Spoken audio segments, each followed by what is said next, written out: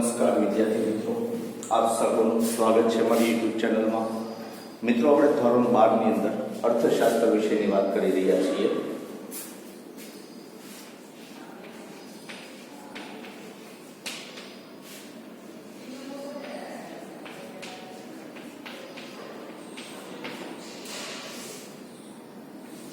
Chapter 3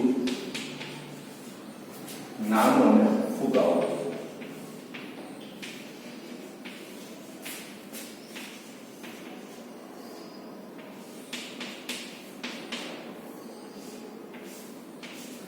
આ ચેપ્ટરની અંદર છેલ્લા લેક્ચરમાં આપણે જે વાત કરી હતી એમાં આપણે એવું સમજ્યા હતા કે ભાઈ ફુગાઓના જે લક્ષણો છે, 4 લક્ષણો છે, ખ્યાલ છે ને? એ લક્ષણો પછી આપણે દાબેલા ફુગાવા વિશે સમજ્યા હતા.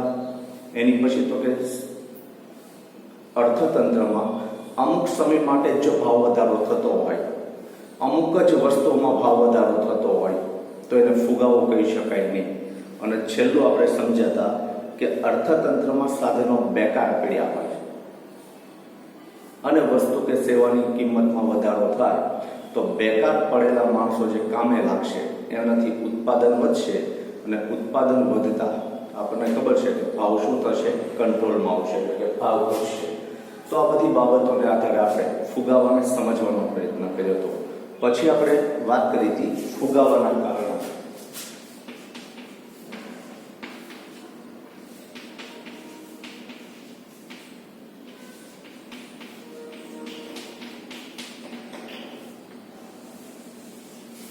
ફુગાવાના મુખ્ય 2 કારણ હતા. પહેલું કયું હતું? તો કે માંગમાં વધારો.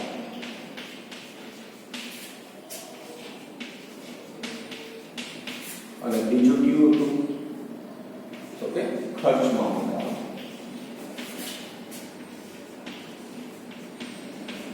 તો માંગમાં વધારો એટલે શું? તો કે દિન પ્રતિદિન લોકોની માંગમાં વધારો થાય છે. હવે શેને લીધે થાય છે, કેવી રીતે થાય છે એ આપણે સમજવાના છીએ, બરાબર? અને બીજું કીધું ખર્ચમાં વધારો.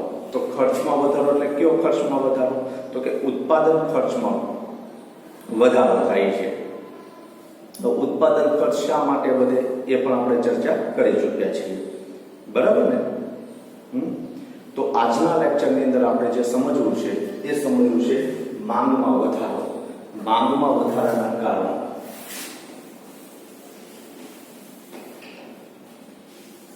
તો વિદ્યાર્થી ભાઈઓ બહેનો, ફરી એકવાર સમજાવી દઉં કે આપણે શું ભણીએ છીએ? ફુગાવાના કારણો. ફુગાવો એટલે શું? તો કે વસ્તુની કિંમત શા માટે વધે છે, ભાવ વધારો શા માટે થાય છે, એની માટેના મુખ્ય 2 કારણો. પહેલું કારણ કયું? તો કે માંગમાં વધારો અને બીજું કારણ ખર્ચમાં વધારો. માંગમાં વધારો છે એના પાછળ 3 કારણો પડે છે, એટલે કે 3 પેટા વિભાગ પડે છે. તેમાં પ્રસ્તાવના આપણે સમજીએ કે ભાઈ ફુગાવો એટલે અર્થતંત્રના બધા જ ક્ષેત્રોમાં ચીજ વસ્તુઓ અને સેવાઓની કિંમતોમાં થતો સતત વધારો. હવે વસ્તુ કે સેવાની કિંમત નક્કી કરનારા મુખ્ય 2 પરિબળો જે તમે 11માં ભણીને આવ્યા છો, પહેલું માંગ અને બીજો પુરવઠો. ફરી એકવાર બોલું છું કે વસ્તુ કે સેવાની કિંમત નક્કી કરનારા મુખ્યત્વે કેટલા પરિબળો? 2 પરિબળો. પહેલું કયું? માંગ અને બીજું પુરવઠો. આપણે એવું ભણીને આવ્યા છે ને કે જો માંગ વધે તો કિંમત કેવી રાખવી પડે? નીચી રાખવી પડે. અને એની સામે બજારમાં પુરવઠો વધારવો હોય તો પણ તમારે એ સંદર્ભે કિંમત રાખવી પડે, કારણ કે પુરવઠો વધાર્યા પછી પણ એની કિંમતમાં તમારે જો વધારો કરો તો બજારમાં વેચાશે નહીં. એટલે માંગ પ્રમાણે જો બજારમાં પુરવઠો હોય, લોકો એ વસ્તુ સતત ખરીદવા માંગતા હોય તો કિંમત હંમેશા કેવી હશે? ઓછી હશે. એટલે કે તેજીનો લાભ લેવા માટે આવું આપણે 11મા ધોરણની અંદર ભણીને આવ્યા છીએ, બરાબર? એટલે મુખ્ય 2 પરિબળો માંગ અને પુરવઠો. અને ફુગાવા માટે પણ કિંમતોમાં વધારો માટે પણ મુખ્ય આ 2 જ પરિબળો જવાબદાર છે. એટલે કે ફુગાવાના મુખ્ય 2 કારણો, પહેલું છે માંગમાં વધારો અને બીજું ખર્ચમાં વધારો. માંગમાં વધારોની પ્રસ્તાવના, માંગમાં વધારો 3 માર્કમાં પૂછાય અને ફુગાવાના ટોટલી કારણો પૂછાય તો એ 5 માર્કમાં, બરાબર? 5 માર્કમાં કુલ 3 કારણો લખવા પડે.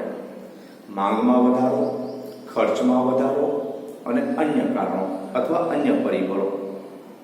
ક્લિયર? ચાલો એમાં વાત કરીએ. તો કે વસ્તુની માંગમાં વધારો થવાના કારણે વસ્તુની કિંમતમાં વધારો થાય છે. જો વસ્તુની માંગ વધે ત્યારે વસ્તુના પુરવઠામાં વધારો થઈ શકે તેમ ન હોય, અને જો વધારો થાય તો પણ ધીમા દરે થાય, કારણ કે ઉત્પાદન આપણે તાત્કાલિક વધારી શકતા નથી. માંગ રાતોરાત વધી જાય પણ ઉત્પાદન તાત્કાલિક વધી શકે નહીં. તો બજારમાં માંગ અને પુરવઠા વચ્ચે યોગ્ય સંતુલન જાળવવા માટે કિંમતમાં વધારો કરવો જ પડે. તો શું કીધું કે વસ્તુની કિંમતમાં વધારો થાય છે, બરાબર, માંગ વધે એટલે. પરંતુ જો વસ્તુની માંગ વધે ત્યારે વસ્તુના પુરવઠામાં વધારો થઈ શકે તેમ ન હોય, અને થાય તો પણ ખૂબ ધીમા દરે થતો હોય, તો વસ્તુની કિંમતમાં વધારો થાય છે. અંડરલાઈન કરજો તમારા પેજ નંબર 33 ઉપર કે અર્થતંત્રમાં માંગ વધવાને કારણે જો ફુગાવો સર્જાય તો આવા ફુગાવાને માંગ પ્રેરિત ફુગાવો કહે છે. શું કીધું કે અર્થતંત્રમાં માંગ વધવાને કારણે જો ફુગાવો સર્જાય તો આવા ફુગાવાને કેવો કહેવાય? માંગ પ્રેરિત. આ એક વાક્ય માટે MCQ માટે યાદ રાખવાનો છે અને VSQ માટે યાદ રાખવાનો છે કે જો અર્થતંત્રમાં માંગ વધવાથી ફુગાવો સર્જાય તો તેને કેવો ફુગાવો કહેવાય? આવો MCQ માં પૂછાય. અને VSQ માં પૂછવું તો પૂછી શકાય કે માંગ પ્રેરિત ફુગાવો એટલે શું? એટલે બે રીતે તમારે યાદ રાખવાનો છે, MCQ અને VSQ બંને માટે. પેજ નંબર 33 ઉપર, બરાબર. આમ અર્થતંત્રમાં વિવિધ વસ્તુની માંગ વધે તો માંગ વધે સાથે સાથે શું થાય?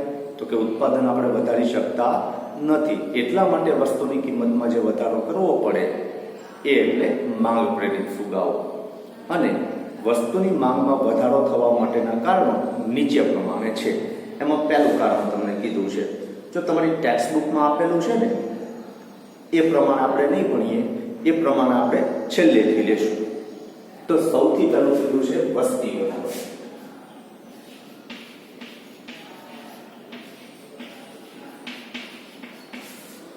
શું કીધું છે? વસ્તી વધારો. તો ભાઈઓ બહેનો આપણને ખબર છે કે આપણો દેશ વસ્તીમાં કેટલામાં ક્રમે છે? બીજા ક્રમે છે. પહેલો દેશ કયો? તો કે ચીન. ચીન પછી વસ્તીમાં ભારતનો નંબર આવે. અને હજી ભારતમાં જે વસ્તી વધે છે એ દર વર્ષે 2% આસપાસ વસ્તી વધારાનો દર રહે છે. હવે આપણને એમ થાય કે માત્ર 2% જ વસ્તી વધે છે તેનાથી શું થાય? પણ 2011ની વસ્તી ગણતરી પ્રમાણે આપણે ભારતની વસ્તી કેટલી? તમારે મને કોમેન્ટ લખીને મોકલવી પડશે કે 2011ની વસ્તી ગણતરી પ્રમાણે ભારતની વસ્તી એટલા કરોડ હતી. હવે તમે વિચાર કરો કે જેટલી વસ્તી હતી એના 2%, એટલે એવરેજ એમ કહી શકાય કે 2.25 કરોડ કરતાં વધારે ભારતમાં દર વર્ષે વસ્તી વધે છે. કેટલી વધે છે? 2.25 કરોડ. અને 2.25 કરોડ વસ્તી એટલે એ સંદર્ભે જોઈએ તો દર વર્ષે એક નવો ઓસ્ટ્રેલિયા દેશ ભારતની અંદર ઉમેરાય છે. ઓસ્ટ્રેલિયા દેશ જેટલી વસ્તી ભારતમાં દર વર્ષે ઉમેરાય છે. હવે જેમ જેમ વસ્તી વધે છે, આ વસ્તી વધશે તો લોકોની જરૂરિયાતમાં શું થશે? વધારો થશે કે નહીં થાય? અને લોકોની જરૂરિયાત વધશે એટલે જે તે વસ્તુની માંગમાં શું થશે? વધારો થશે. એટલે પહેલી વ્યાખ્યા યાદ કરો. કોણે આપી હતી? તો કે લર્નરભાઈ. શું કીધું હતું? કે વસ્તુના પુરવઠા કરતાં તેની માંગમાં વધારે પ્રમાણમાં માંગ વધે તો તે સ્થિતિ એટલે ફુગાવો. આવી કંઈક વ્યાખ્યા આપણે સમજીને આવ્યા છીએ. તો વસ્તુનો પુરવઠો ઓછો છે, વસ્તી વધે છે, એટલે વધતી વસ્તીને લીધે વસ્તુની માંગમાં વધારો થાય. એટલે પુરવઠો ઓછો, માંગ વધે એટલે જે વસ્તુની કિંમતમાં વધારો થાય એ એટલે ફુગાવો. સમજાવું કે ભાઈ દિન પ્રતિદિન જે વસ્તી વધે છે એ વસ્તીની પ્રાથમિક જરૂરિયાત, રોજિંદી વપરાશી વસ્તુઓની માંગમાં શું થશે? વધારો થશે. મોજશોખની વસ્તુઓની માંગમાં શું થશે? વધારો થશે. અને આ બધી વસ્તુઓ આપણે એમને સુધી પહોંચાડી શકીએ એટલા માટે ઉત્પાદન વધારવું પડે, પણ ઉત્પાદન ઝડપથી વધી શકે નહીં. એટલા માટે જે વસ્તુની કિંમતમાં વધારો થાય તે માંગ આધારિત ફુગાવો કહેવાય. સમજાણું પહેલું તો એમાં જોઈએ કે ભારતમાં સરેરાશ 2% દરે વસ્તી વધે છે અને તેને માંગ વૃદ્ધિનું દબાણ ઊભું કર્યું હતું. સતત વધતી વસ્તી રોજિંદા વપરાશની ચીજ વસ્તુઓની માંગમાં વધારો કરે છે. અને વાત એ સાચી છે કે ભાઈ જો હું એમ કહું કે તમે 1 જાન્યુઆરીએ જેટલા બાળકોએ જન્મ લીધો એનો આંકડો 2 જાન્યુઆરી આવ્યો હતો કે ભાઈ નવા વર્ષના દિવસે એટલા બાળકોએ જન્મ લીધો, તો એ જેટલા બાળકોએ જન્મ લીધો હતો એ બધા જ બાળકો દેશમાં વપરાશી વસ્તુની માંગમાં વધારો કરશે કે નહીં કરે? નહીં. જેમ જેમ મોટા થતા જશે એમ દૂધ છે, અનાજ છે, અન્ય ખોરાકી વસ્તુઓ છે, કપડાં છે, મકાન છે, અન્ય જે મનસુખની ચીજ વસ્તુઓ છે, આ બધી જ વસ્તુની માંગમાં શું કરશે? વધારો.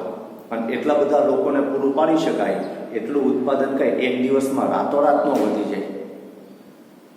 બરાબર? તો આ રીતે વપરાશી વસ્તુઓની ચીજ વસ્તુઓની માંગમાં વધારો કરે છે અને વધતી વસ્તીની માંગ પૂરી ન થઈ શકે ત્યારે ભાવ સપાટીમાં વધારો થાય છે. વસ્તી સ્થિર હોય તો પણ લોકોની આવકમાં વધારો થાય તો પણ તેની માંગમાં શું થાય છે? વધારો થાય. એટલે સૌથી પહેલું શું કીધું કે વસ્તી વધે અથવા વસ્તીની આવક વધે તો આવક વધવાથી પણ માંગમાં શું થશે? વધારો થશે, જે એક ફુગાવા માટેનું કારણ બને છે એમ આપણે કહી શકીએ.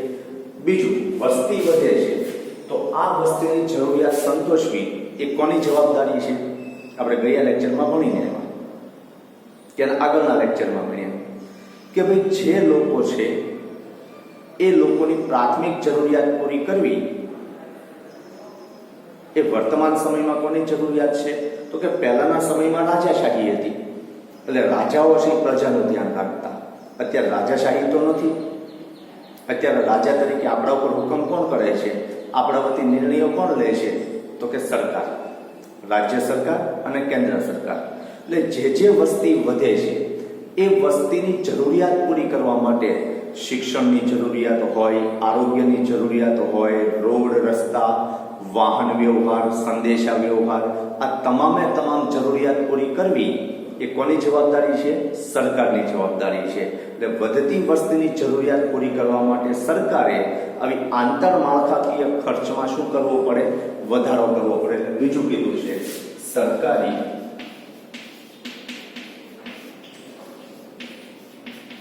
જાહેર ખર્ચમાં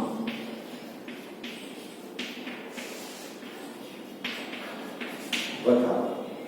શું કીધું? સરકારી જાહેર ખર્ચમાં વધારો. તો આપણે સૌ જાણીએ છીએ કે સરકાર જે ખર્ચ કરે એ હંમેશા વધારે હોય. એનું કારણ શું? તો કે વચ્ચે વચ્ચે બધાના ભાગ કાઢતા જવાના હોય. જે બહુ જગ જાહેર છે. અને તમને ખબર છે કે રાજીવ ગાંધી એવું કહેતા કે હું કેન્દ્રમાંથી કોઈ પણ બાબત માટે 1 રૂપિયો મંજૂર કરું ને એટલે ખરેખર કામ 10 પૈસા માટે જ થાય, 90 પૈસા ખવાઈ જતા. જે પદ્ધતિ આજે અમલમાં છે. તમે વિચારજો કે અત્યારે ભાવનગરમાં ફ્લાયઓવર બને છે, એની કામગીરી શરૂ છે અને લગભગ 2 મહિના જેવો સમય તો થઈ ગયો, વધારે થયો હોય તો કઈ ખબર નહીં. હજી 1 ખૂટો તૈયાર નથી થયો. આ ફ્લાયઓવરનો ખર્ચ કેટલો છે એ ક્યાંક આરટીઆઈ કરીને પૂછજો. બાકી ખરેખર એટલો ખર્ચ થાય એ એક વિચારજો. બીજું કહી શકાય કે અત્યારે તો વિટકોસ નથી, પણ જે તે સમયે અલગ અલગ જગ્યાએ વિટકોસના બસ સ્ટેન્ડો ઉભા હતા. આ બસ સ્ટેન્ડ ઉપર ખર્ચ લખેલો હતો, અંદાજિત ખર્ચ 65 થી 70,000. એક લોખંડના 2 ખૂટા ઉભા કરીને બસ સ્ટેન્ડ બનાવવાનો ખર્ચ 65 થી 70,000. જે ખર્ચ હું માનું ત્યાં સુધી 35 થી 40,000 પૂરો થઈ જતો હોય, કારણ કે ત્યારે લોખંડના ભાવે એટલા બધા હતા નહીં. કે સમજે છે મારી વાત? એટલે સરકાર આંતરમાળખાકીય સુવિધાઓ આપવા પાછળ, રસ્તાઓ બનાવવા પાછળ, સંદેશા વ્યવહારની સુવિધા, શિક્ષણ, હમણાં જ છાપામાં હતું કે રાજ્ય સરકાર પ્રાથમિક શિક્ષણ માટે એક વિદ્યાર્થી પાછળ 45,000નો ખર્ચ કરે છે. કેટલો ખર્ચ કરે છે? 45,000નો. હવે તો વિચાર કરો, છતાં પ્રાથમિક શિક્ષણનું કાર્ય કેવું? તો કે કંઈ નહીં, કારણ કે શિક્ષકોને ક્લાસમાં જવા જ નથી દેતા. આ કામગીરી કરવાનું, આ કામગીરી કરવાનું, આની પાછળ આ પત્રકો ભરવાનું. હમણાં જોક્સ ફરે છે કે સ્મશાનની અંદર શિક્ષક આવે, મળદું બેઠું થઈ ગયું. એટલે સાહેબ તમે અહીંયા તો કે વસ્તી ગણતરીમાં તમે હતા, મત ગણતરીમાં તમે હતા, મતદાન આપવા ગયા ત્યાં તમે હતા, વેક્સિન આપવાની હતી તો ત્યાં તમે હતા. અલગ અલગ ઘણી બધી બાબતો એની અંદર લખી હતી. એટલે શિક્ષકને ક્લાસમાં જવા જ નથી દેતા. વાત આપણે કરી છે, સરકાર પોતાના ખર્ચમાં શું કરે છે? વધારો કરે છે. એટલે સરકાર જેટલો આ ખર્ચમાં વધારો કરશે એટલે લોકોની આવક વધશે. કારણ કે સરકાર પોતે ક્યાંય કામ કરવા નથી જવાની, એ તો ખાલી પૈસાની ફાળવણી કરી દે. એ પૈસા આવશે કોની પાસે? લોકો પાસે. બરાબર? અને લોકોની આવક વધશે તો માંગમાં શું થશે? વધારો. તો એમાં જોઈએ કે ભારત જેવા વિકાસની પ્રક્રિયામાં સામેલ દેશોમાં સરકાર આર્થિક વિકાસ માટે ઘણી આર્થિક પ્રક્રિયામાં જોડાય છે. આંતર મૂડી માળખાનું સર્જન, પાયાની જરૂરિયાતો પૂરી પાડવી કે રોજગારીનું સર્જન કરવું જેવી પ્રવૃત્તિમાં સરકાર જાહેર ખર્ચ કરે છે. જો આંતર મૂડી માળખાનું સર્જન એટલે શું? તો કે પાયાની જે જરૂરિયાત છે, આંતર માળખાકીય જે સુવિધાઓ છે, તમે 11મા ધોરણમાં ભણીને આવ્યા, શિક્ષણ, સિંચાઈ, રસ્તા, વાહન વ્યવહાર, રેલવે, આવું બધું ભણીને આવ્યા છે ને. આ બધી આંતરમાળખાકીય સુવિધાઓ છે. એટલે આ બધી પ્રવૃત્તિઓ પાછળ સરકાર ખર્ચ કરે છે, જેનાથી દેશમાં નાણાંનો પુરવઠો વધે છે, લોકોની આવકમાં વધારો થાય છે અને માંગમાં વધારો થતાં ભાવ વધારો સર્જાય છે. કારણ કે લોકોની આવક વધે એટલે વસ્તુની માંગ વધે. તમે ક્યારે વિચાર્યું છે કે તમારા પપ્પાની જે આવક વધે છે, જે તે સમયે 5,000 રૂપિયા હોય, પછી 6,000 થાય, પછી 8,000 થાય, 10,000, અત્યારે 15-20,000 પગાર હશે, અથવા તો એટલું એવરેજ મહિને કમાતા હશે. તો જો આજે ભાવ વધારો થયો એટલે કે તમારા પગારમાં વધારો થયો, એ વધારાની આવક કોઈની બચત થતી નથી. કારણ કે આની અંદર ઘણી બધી ઈચ્છાઓ પડેલી છે, જે ક્યારેય પૂરું થવાની નામ જ નથી લેતી. એટલે જેવા પૈસા આવશે એટલે નવી વસ્તુની માંગ થશે. આમ માંગમાં વધારો થાય જે ભાવ વધારો સર્જે છે. જો સરકાર દેશમાં વસ્તુઓ અને સેવાઓના ઉત્પાદન કરતા વધારે મોટા પ્રમાણમાં નાણાંનો પુરવઠો અર્થતંત્રમાં મૂકે, જાહેર ખર્ચ કરે, તો ફુગાવો વધારે વેગ પકડે છે. તો આ રીતે પહેલું શું કીધું? વસ્તી વધે છે એટલે માંગ વધે છે. બીજું, સરકારી જાહેર ખર્ચ વધે છે એટલા માટે માંગ વધે છે. ત્રીજું કીધું છે કે નાણાંના પુરવઠામાં વધારો થાય છે.